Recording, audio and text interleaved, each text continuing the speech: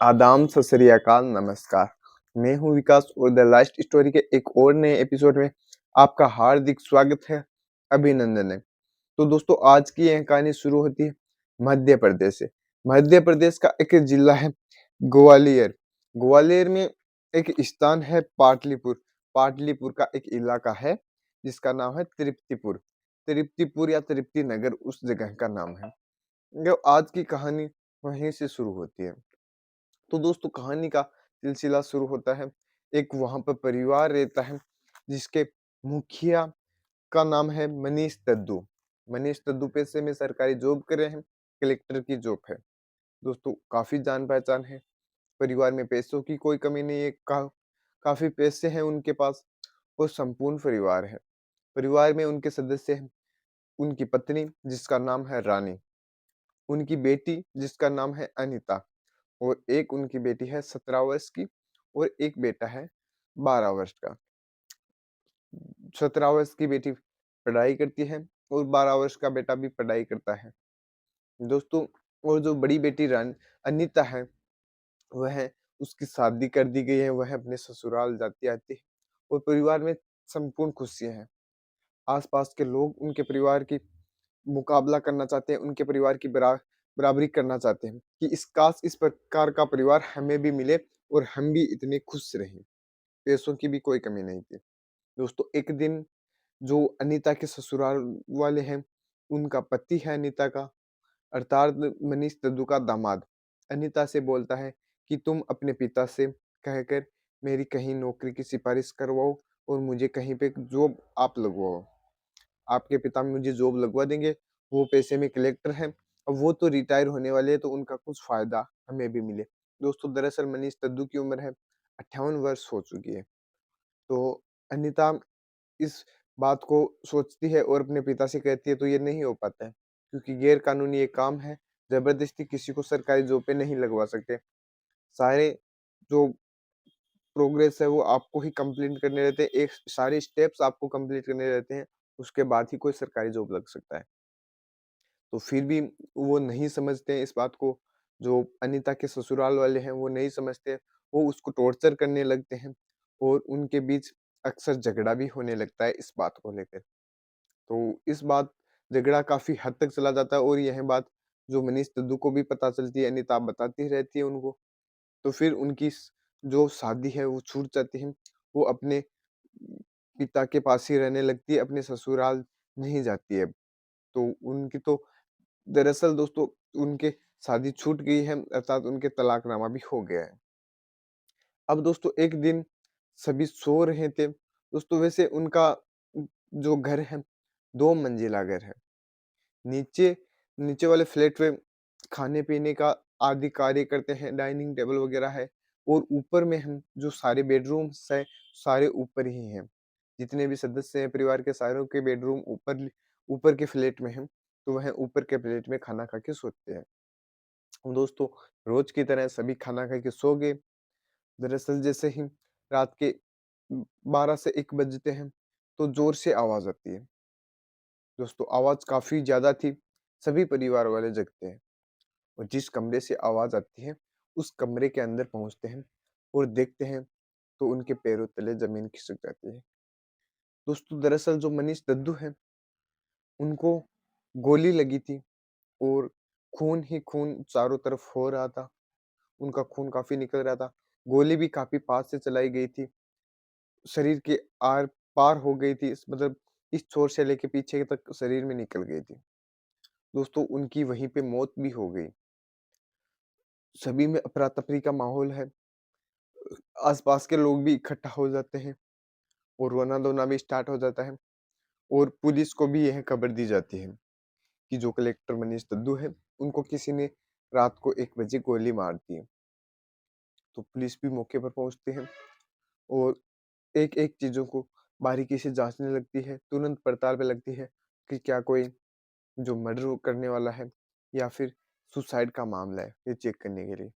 तो देखते हैं तो गोली बाहर से तो नहीं चली थी, क्योंकि कमरे में ऐसी कोई जगह नहीं थी, जिससे बाहर से गोली अंदर तक आ सके। चारों तरफ से पैक कमरा था, तो बाहर से गोली चलने का तो सवाल ही नहीं था। अगला सवाल था उनका कि गोली अगर घर के अंदर आकर मारी गई है, तो घर में कुछ तोड़-फोड़ होगी, जैसे कि मेन डोर है, उसको लॉक करके वो सोया करते हैं, अंदर से वह लॉक रहता है, तो वो ऐसे तो आ नहीं सकता, लॉक तोड़ के ही आए होंगे। तो वो भी देखते हैं तो कोई भी खिड़की नहीं टूटी थी, कोई भी लॉक नहीं टूटा था और किसी भी प्रकार की घर में खरोच नहीं थी। अब तीसरी जो उनके मन में सवाल था कि किसी ने चोर को भागते हुए देखा है, जो मर्डर करने वाला है उसको भागते हुए किसी ने देखा है, तो उसके पैरों की आवाज़ या उसने जाते हुए तोड़-फोड़ की या फिर गेट को बंद कैसे किया? तो दोस्तों गेट जो है वो अंदर से लॉक था, तो चोर बाहर जाता, जो मर्डरर है वो बाहर जाता, तो अंदर से वो लॉक गेट कैसे होता? तो ये भी उनके मन में काफ़ी बड़ा सवाल था।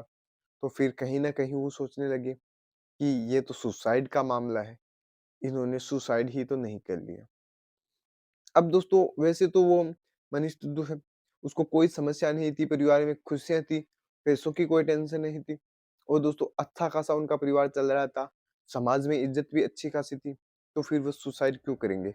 ऐसे सवाल भी उनके मन में आ रहे थे और साथ ही जिस हथियार से उन्होंने सुसाइड किया है, वो हथियार भी गायब है। वहाँ पे वो हथियार भी नहीं मिल रहा है उनको, ये गन से उन्होंने सुसाइड किया तो गन नहीं मिल रही है। तो दोस्तों अक्सर ऐसा होता है कई केस में पुलिस का यह मानना रहता है कि जहाँ पे मर्डर होता है तो उस व्यक्ति के पर्स वगैरह चोरी हो जाते हैं, सेल फोन वगैरह चोरी हो जाते हैं और हो सकता है किसी ने ये हथियार भी चुरा लिया हो। पुलिस का भी यही मानना था और इस प्रकार से उसको सुसाइड ही घोषित कर दिया और केस को वहीं पे दबा दिया। दोस्तों 2 दिन की पड़ताल के बाद यह जाँच हो गई पूरी। कोर्ट ने और पुलिस ने सारे बयान दे दिए कि सुसाइड का मामला है और इन्होंने सुसाइड ही किया है क्योंकि बाहर से आने का तो कोई ऑप्शन ही नहीं है किसी के, ना तो इनको किसी पे शक था, ना किसी को और था। तो उन्होंने एक बार तो सुसाइड ही उसको घोषित कर दिया और मीडिया में भी यह बात आ गई कि उसने सुसाइड ही किया है, मनीष दद्दू कलेक्टर मनीष दद्दू है, उसने सुसाइड ही किया है। और दोस्तों चारों तरफ के लोग हैं, वो अपने-अपने काम में लग जाते हैं। मीडिया भी दूसरे रिपोर्ट्स में लग जाती है, उस केस को वहीं पे दबा देती है, केस एकदम फ्लॉप हो जाता है। परिवार वालों को भी यह तसल्ली हो जाती है कि उसने सुसाइड ही किया है, परिवार वालों का भी यही मानना होता है कि उसने सुसाइड ही किया है। पर दोस्तों पुलिस होती है, वो एक-एक चीज़ की बारीकी से जाँच करती है, तो उनकी जाँच अभी पूरी नहीं हुई थी। सुसाइड किया तो क्यों किया? क्या किसी के टॉर्चर की वजह से सुसाइड किया या फिर किसी और वजह से? तो पुलिस परिवार के एक-एक सदस्यों की जाँच करती है, क्योंकि दोस्तों पुलिस को ऐसा लगता है, हो सकता है कहीं मर्डर परिवार वालों ने ही तो नहीं किया हो। तो एक-एक सदस्यों में जाँच करती है, तो सबसे पहले तो आती है कि रानी, अर्थात जो मनीष दद्दू की पत्नी है, उस पे शक किया जाता है कि उसके साथ किसी का गलत अफ़ेयर तो नहीं था, तो अफ़ेयर के पकड़े जाने से उसने उसको मार दिया हो, उसको गोली मार दी हो। तो सबसे पहले उस पे जाँच की जाती है, तो देखते हैं तो उसके 4 दिन उस पे कड़ी नज़र रखते हैं। दोस्तों दरअसल बात है यह मर्डर के दिन की तारीख बता दूँ 4 अगस्त 2021 की बात है। तो 10 दिन बाद वह जाँच-पड़ताल पे लग जाते हैं। सिविल ड्रेस में पुलिस वहाँ पे आती है, अर्थात बिना यूनिफ़ॉर्म के और उसकी पत्नी पे जाँच रखती है, उसकी पत्नी पे निगाहें टिकाए रखते हैं। देखती है पत्नी का किसी के साथ गलत अफ़ेयर नहीं है, ना पत्नी बाहर आती-जाती है, ना उसका किसी के साथ कनेक्शन है। और साथ ही में उसके सेल फ़ोन की रिकॉर्डिंग वगैरह, सेल फ़ोन की ट्रैकिंग वगैरह भी करती है। तो देखता है कि किसी के साथ इसकी ज़्यादा बात नहीं होती है तो सिर्फ़ रिश्तेदारों से संबंधित, परिवार से 1-2 मिनट बात हो जाती है और ज़्यादा किसी से बात नहीं होती है। तो मन जो उसकी पत्नी है रानी, उसका तो चैप्टर क्लोज़ हो गया, उसका उस पे तो अब कोई शक नहीं कर रहा है।